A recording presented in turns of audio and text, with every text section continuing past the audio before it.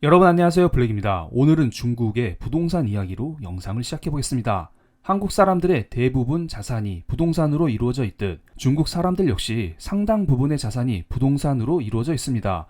그렇기 때문에 중국 정부에서는 지금까지 부동산을 지키기 위해서 여러 가지 노력을 해왔었죠. 하지만 코로나 경제 위기 이후 여러 가지 부동산 부실이 터지면서 중국의 부동산 개발 기업들이 하나둘씩 무너지고 있습니다. 대표적으로 헝다, 완다 그룹이 무너졌죠. 이것은 많이들 잘 아시기 때문에 이름만 언급하고 넘어가겠습니다. 그런데 이게 끝이 아닙니다. 작년쯤이었나요? 부동산 개발업체 비구이 위안 그룹 역시 무너졌습니다. 회사 이름이 영어로 컨츄리 가든이라고 하네요. 비구이 위안의 부채 규모 자체는 헝다 그룹에 비해 상대적으로 적지만 중국에서 진행 중인 프로젝트가 헝다 그룹의 4배 수준이라 시장에 큰 타격을 주고 있습니다. 자, 그렇다면 상식적으로 이런 생각을 할 수가 있어요. 부동산 개발 그룹들이 하나둘씩 망해가고 있는데 이러한 부동산 개발 그룹에 돈을 빌려준 금융회사들도 파산할 수 있지 않을까요? 금융회사들은 이자 수익을 위해 부동산 개발업체에 돈을 빌려줬는데 돈을 빌려간 회사들이 하나둘씩 망해버리니까 금융회사들이 자연스럽게 위험해지는 것입니다.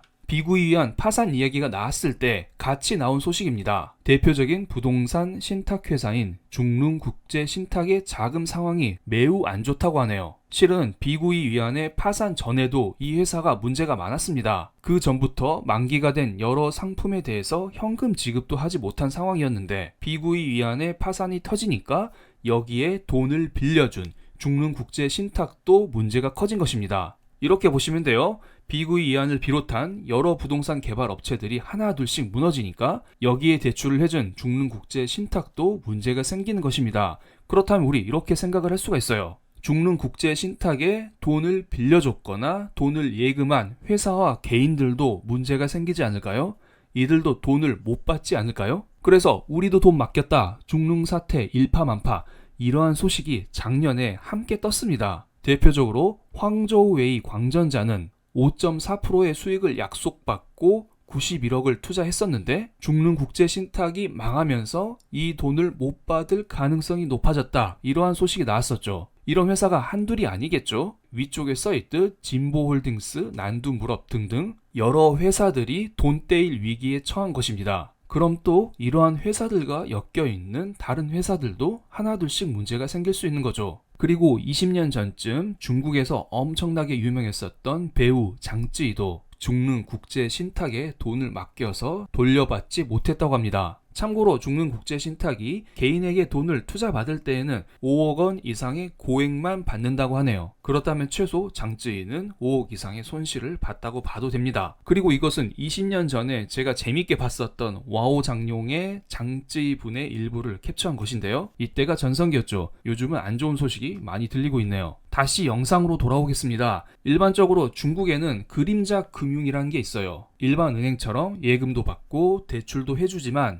중국 정부의 규제를 받지 않는 금융회사들을 그림자 금융이라고 합니다. 중릉국제신탁의 대주주 중 하나인 중주그룹 역시 그림자 금융의 대표 주자로 알려져 있는데요. 계열사인 중릉국제신탁이 망하면서 주요 주주인 중주그룹 역시 흔들리고 있어요. 그리고 이 그룹도 그림자 금융의 일부로 알려져 있는데요. 참고로 이것은 작년에 나온 기사인데 180조 이상 규모의 중주그룹과 함께 계열 신탁회사는 고객 수천 명에 대한 현금 지급을 중단했다고 하네요. 그러니까 많은 사람들이 중국에서 부채 위기가 터져도 그림자 금융이 있으니까 괜찮을 수 있어 이런 이야기를 했었는데 그림자 금융의 대표 주자인 중주그룹 역시 다 같이 흔들리고 있다는 것입니다. 그리고 며칠 전인 1월 5일에 중주그룹이 최종적으로 파산을 확정했다는 소식이 들렸습니다. 부채가 무려 84조 원 규모로서 중국에서 발생한 파산 중에서 역대 최대의 규모라고 하네요. 그렇다면 이제 중주그룹이 파산하고 끝날까요? 이게 끝이 아니겠죠? 왜냐하면 중국 그림자 금융의 규모가 최소 4천조에서 최대 1경 4천조에 이른다고 하네요. 중주그룹의 부채보다 200배 더 많은 잠재적인 불안 요소가 있다는 것입니다. 그런데 이게 다 터지진 않겠죠?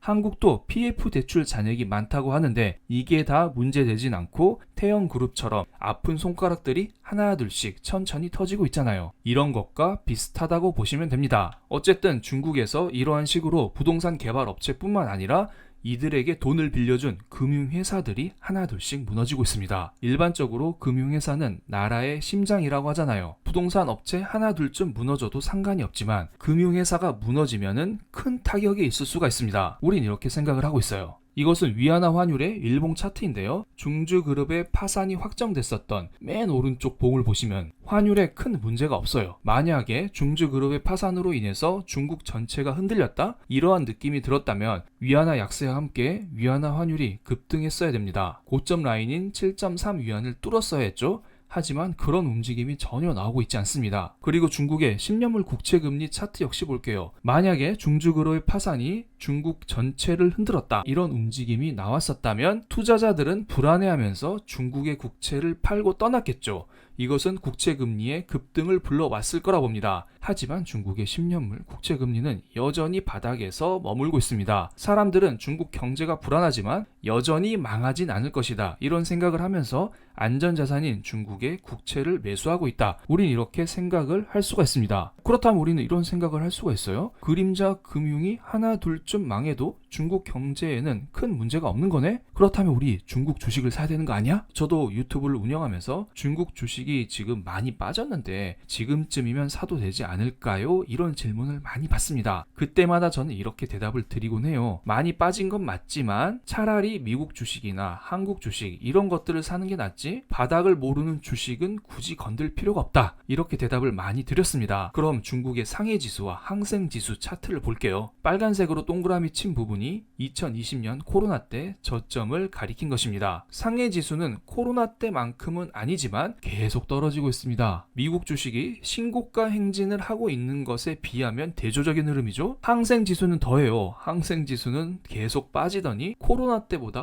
훨씬 많이 빠져 있어요. 상당수의 부동산 개발 업체들이 항생에 상장이 되어 있는 것도 있고, 최근 들어 중국에서 여러 가지 규제를 하잖아요. 핀테크 규제, 게임 규제, 여러 가지 규제를 받은 중국 기술주들이 빠지고 있기 때문에 기술주들이 속해 있는 항생지수가 불안하다, 이런 현상을 보이고 있습니다. 항생지수가 이렇게 빠지다가 저점을 한번 찍고 싹 올라왔죠?